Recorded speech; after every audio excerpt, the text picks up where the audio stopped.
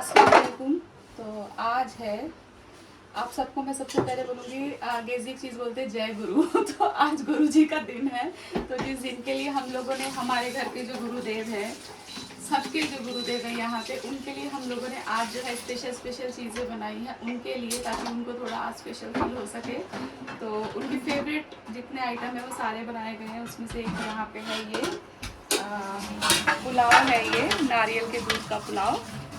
तो इसको मैंने बनाया है उनके लिए, और सब ने अपनी अपनी एक एक डिश बनाई है जो भी हम लोग सर्व करेंगे, और साथ में कुछ बात भी करेंगे अंदर चल के, ठीक है। तो अभी हमारे घर का काम अभी भी फिनिश नहीं हुआ है, अभी काम चल रहा है, सो इसमें खाने का टाइम हो चुका है। तो पहले हम खाना सर्व करते फिर आपको बताते हैं, ठीक है, कि क्या क्या बना है।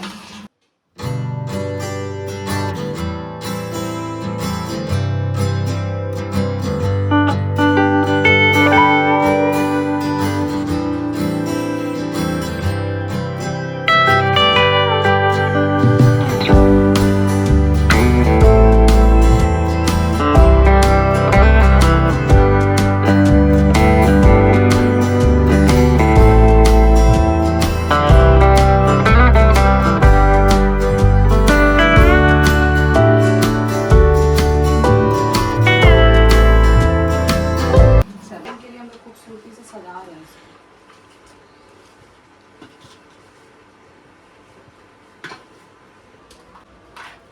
नहीं होगा तो नहीं हुआ, कोई नहीं, कोई नहीं, वो हो जाएगा। वो हाथ से कर देंगे, हाथ से हो मम्मी, जाएगा, सिखा हाँ। देंगे हाथ से। ठीक है, अच्छी तरह आ गया। थोड़ा सा हम लोग फेल हुए अटेम्प्ट में। नहीं मम्मी ठीक है, मम्मी गैस बंद कर दो जाओ। हाँ,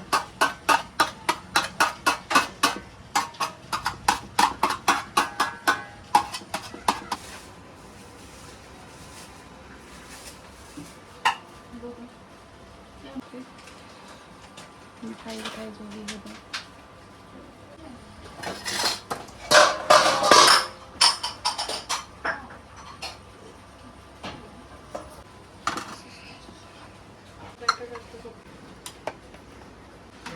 माफी आपका वाला मम्मी सर।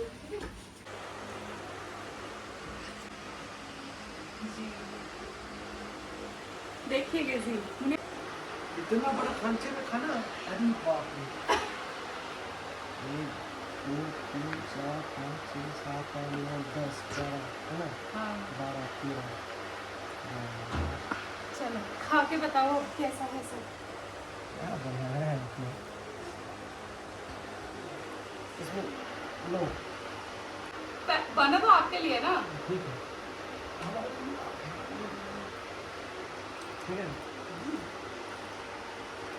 वाह, 14 15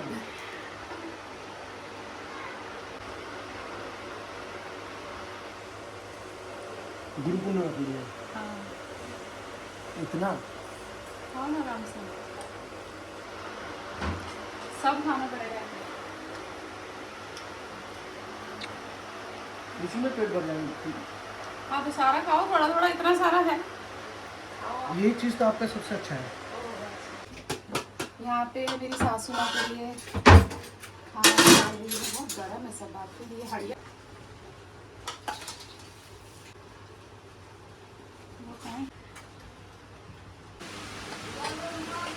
रुमाल दे दो।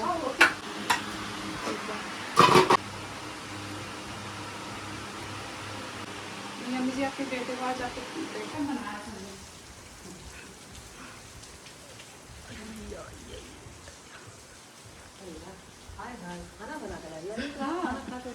हाँ ना, थोड़ा सा खा लो, थोड़ा टेस्ट करो। मेरा बेटा को पसंद है। मैं एक्चुअली मां से पढ़ेंगे हाल खा रहे हैं ना। हाँ अम्मी का खा रही है। हाँ, सेब ना मिल पुलाव। नारियल दिया। हाँ, नारियल का पुलाव बैठ दिए। मेरे को थोड़ा सा दे दो निम्बा। कैसा लग रहा है? खाओ, खाना खाओ भाई प्रॉपर अलेहा। जैसे तुम क्यों नहीं खा रहे हो? चिकन उसने बनाया गुड़िया ने। क्या चाहिए? इसको एक प्लेट में चावल देना अलग से कुल्लू को। पुलाव है बेटा, पुलाव। तो आप सबने देखा कि हमने जो है गेजी को बड़े अच्छे से मतलब उनको खाना सर्व किया, और उनकी जो भी मतलब चीज़ें आप लोगों को मैंने अब तक दिखाया, ठीक है। अब इस पर हो सकता है कि बहुत सारे लोगों की अपनी अपनी चिंताएं होंगी, अपनी अपनी सोच विचार होंगे और वो अपने तरीके से सोच सकते हैं। उसमें हमारा कोई भी ये नहीं है कि आपको बाध्य नहीं है, आप आपकी जैसी सोच है वैसा सोचें। लेकिन मैं कुछ बातें आप लोगों को शेयर करना चाह रही हूँ, बताना चाह रही हूँ। अगर आप चाहें तो मुझे 2 मिनट सिर्फ दें और मैं आपको अपनी जो भी बात है मैं बताना चाहती हूँ। तो देखो, सबसे पहले गुरु पूर्णिमा का मतलब क्या है और गुरु दिवस का मतलब क्या है। ये एक बहुत ही वैल्यूएबल दिन होता है उनके लिए जिनकी भी लाइफ में गुरु है। अब गुरु का मतलब ये नहीं कि आपने किसी को अपना हाथ दे दिया तो वही आपका गुरु है। अब गुरु कौन होते हैं मैं आपको बताती हूँ। गुरु वो होते हैं जब हम माँ के पेट से जब हम जन्म लेते हैं और इस दुनिया में आते हैं तो सबसे पहला जो गुरु होता है वो होती है हमारी माँ, ठीक है। तो जिससे हमें इस दुनिया को समझने की सीख मिलती है। हम बड़े होते हैं, हम अगर कुछ गलत करते हैं तो हमारी माँ हमको गलत चीज़ें करने से रोक टोक करती है। तो जीवन की सबसे पहले जो गुरु है वो होती है हमारी माँ। अब जब हम थोड़े बड़े होते हैं, जब हम स्कूल जाना स्टार्ट करते हैं तो वहाँ पे जितने टीचर्स होते हैं तो वो होते हैं हमारे गुरु, ठीक है। देखो, लाइफ में आप जितने स्टेजेस पे जाओगे वहाँ पे आपको हर तरीके के लोग मिलेंगे और जिनसे भी आपको कुछ सीखने को मिलता है तो एक प्रकार से वो आपके गुरु ही हैं, ठीक है। अब आते हैं हम लाइफ पर। ऐसे ही हमें लाइफ के हर स्टेज पर एक गुरु की आवश्यकता होती है जो हमें ये समझाए कि हमारे लिए क्या अच्छा है क्या बुरा है। तो उसमें हम आते हैं अध्यात्म में, और अध्यात्म में जो गुरु होते हैं वो हमें ये सीख देते हैं कि आप जो जीवन में किस जगह पर हो, आपका व्यवहार दूसरों के प्रति आपके लिए क्या अच्छा होना चाहिए क्या बुरा होना चाहिए। तो ये सारी जो चीज़ है ये हमारे जो गुरु हैं वो हमें उनसे मिलना मतलब ज्ञान मिलता है, सारी चीज़ें हम समझते हैं। अब इस पर हो सकता है लोग बोलेंगे कि भाई क्यों, देखो मेरा कोई गुरु नहीं है। मैं अपने पति को गुरु की तरह सम्मान इसलिए देती हूँ क्योंकि उनकी कुछ बातें मेरे जीवन में जो मैंने बहुत एक्सपीरियंस लिया है उनसे मुझे बहुत कुछ सीखने को मिला है। उनकी कुछ बातों में एक बात मैं आपको बताती हूँ। आज से बहुत साल पहले मैं बहुत ज़्यादा परेशान रहती थी। जैसे कि परेशान रहती थी लोगों की बातों से, लोग बहुत ज़्यादा क्रिटिसाइज़ करते थे, बहुत सारी उल्टी सीधी बातें करते थे। तो मुझे बड़ा बुरा लगता था कि यार मैं तो ऐसी हूँ नहीं, बट मेरे बारे में लोग ऐसी बातें क्यों कर रहे हैं। एक दिन बहुत ज़्यादा मैं परेशान थी तो मुझे गेजी ने बोला कि ठीक है तू बैठ और इतना परेशान मत हो। उन्होंने मुझे एक ऐसी बात समझाई जो आज तक मेरे जीवन में बहुत वैल्यूएबल है और मुझे वो चीज़ बहुत अच्छे से समझ आ गई है। बात ऐसी थी कि मैं बहुत ज़्यादा परेशान थी तो उन्होंने मुझे ले जा करके शीशे के सामने खड़ा कर दिया। हमारे घर में मिरर है तो मेरे को बोला कि तू इसके सामने खड़ी हो और देख कि क्या दिख रहा है। मैंने बोला शीशे में ऑब्वियसली मैं ही दिखूंगी। तो फिर खुद खड़े हो गए। ऐसे करते करते बारी बारी सबको बोला कि तुम शीशे में खड़े होके देखो तो कौन दिखाई दे रहा है। जो जब खड़ा हो रहा था शीशे में वही दिखाई दे रहा था। तो उन्होंने मुझे बोला कि देख तू इसी शीशे की तरह है, ये जो शीशा है ना ये तू है। तो जो तेरे सामने खड़ा होता है, जो तुझे बुरा बोलता है वो खुद अपने आप को देख रहा है, वो अपने आप को ही बुरा बोल रहा है, वो तेरे को बुरा नहीं बोल रहा। अगर कोई तुझे अच्छा बोल रहा है तो उसकी खूबियां खुद में वो देख पा रहा है, अपनी खूबियां तेरे अंदर, तभी वो तेरी तारीफ कर रहा है। तो हम जीवन में किसी को भी कुछ अगर देखते तो ये हकीकत है कि हम ही वो चीज़ होता है। अगर आज आप मेरी ये वीडियो देख करके उल्टा कमेंट करोगे तो इसका मतलब कि आपके अंदर जो भी चीज़ है आप वही मुझे लिखोगे। तो यही एक चीज़ होती है कि हम जैसी सोच रखते हैं, हम जैसा सोचते हैं, हम दूसरों को हमेशा वैसा ही ट्रीट करते हैं। अगर हम पॉजिटिव, जैसे मैं किसी को बुरा आज तक मैंने कभी ना कमेंट ना कुछ भी चीज़ें मैंने बुरी नहीं की किसी के साथ। मैं जहाँ पर भी हूँ मैं बहुत अच्छे तरीके से सबके साथ बहुत अच्छे से मैं ट्रीट करती हूँ। लेकिन अगर कोई मेरे साथ वैसा कर रहा है तो ये उसका व्यवहार है और मेरा व्यवहार मेरे तक है, उसका व्यवहार है। तो मुझे उन्होंने इतने प्यार से वो चीज़ समझाई थी कि अगर कोई तेरे को गलत बोल रहा है तो तू कभी उस चीज़ को अपने दिल दिमाग में मत लेना। तो एक बात तो आपने सुनी और दूसरी बात भी मैं आपको बताती हूँ कि गेजी ने मुझे ये वाली बात कही थी कि नेहा कभी भी ना लाइफ में इतना ज़्यादा भक्ति में या इतनी ज़्यादा इबादत में या फिर इतनी ज़्यादा नमाजी मत बन जाना कि तुम्हें सारे लोग बेनमाजी दिखाई दें, सारे लोगों में ऐब दिखाई दें। अगर आप किसी अच्छी चीज़ कर रहे हो, 5 वक्त की नमाज अगर पढ़ रहे हो और सामने वाला बंदा, अगर मैं तहज्जुद की नमाज़ पढ़ रही हूँ और उस वक्त में लोग सो रहे हैं, तो मुझे क्या कि मैं उन लोगों को देख के बोलूँ कि तुम लोग क्यों नहीं पढ़ रहे हो। तो इससे क्या कि मैं अपनी इबादत जो कर रही हूँ ना उसमें मैं खलल पैदा कर रही हूँ, क्योंकि वो मेरे लिए पूरी नहीं हो पा रही। क्योंकि हम किसी भी इबादत के रास्ते में अगर जाते हैं तो पहला हमारा स्टेप होता है कि हमको दूसरों में कमियां नहीं देखनी है, अपनी कमियों को सुधारना है। तो मुझे गेजी ने ये वाली बात बोली तो मुझे बहुत अच्छी लगी कि इतनी भी ज़्यादा नमाजी मत बन जाना या इतनी भी ज़्यादा तुम इबादत में मत आ जाना कि तुम्हें सारे लोगों में ऐप दिखाई देने लग जाए, तुम दूसरों में कमियां ढूंढने लग जाओ। उसमें क्या होगा कि तुम्हारे लिए वो नुकसानदेह होगा। तुम दूसरों की कमियां ढूंढने में इतनी ज़्यादा बिजी हो जाओगे कि अपनी खूबियाँ तुम्हें नज़र नहीं आएंगी।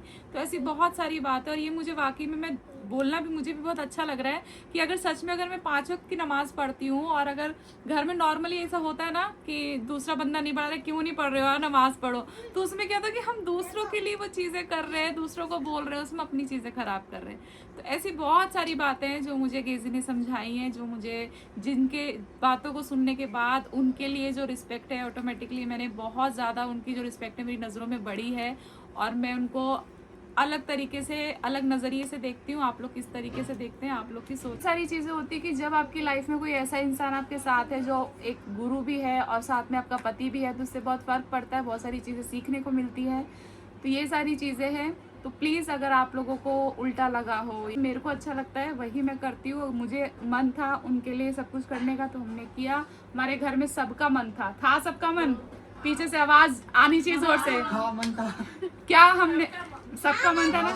मैंने किसी को प्रेशराइज तो नहीं किया, कुछ बोला तो नहीं। गलत चीज तो है। सबकी अपनी दिली इच्छा थी कि हमें बाबा के लिए यही सब करना है, क्योंकि बाबा के लिए अच्छा होना मतलब कि वो खुश है तो हम लोग खुश हैं, है ना।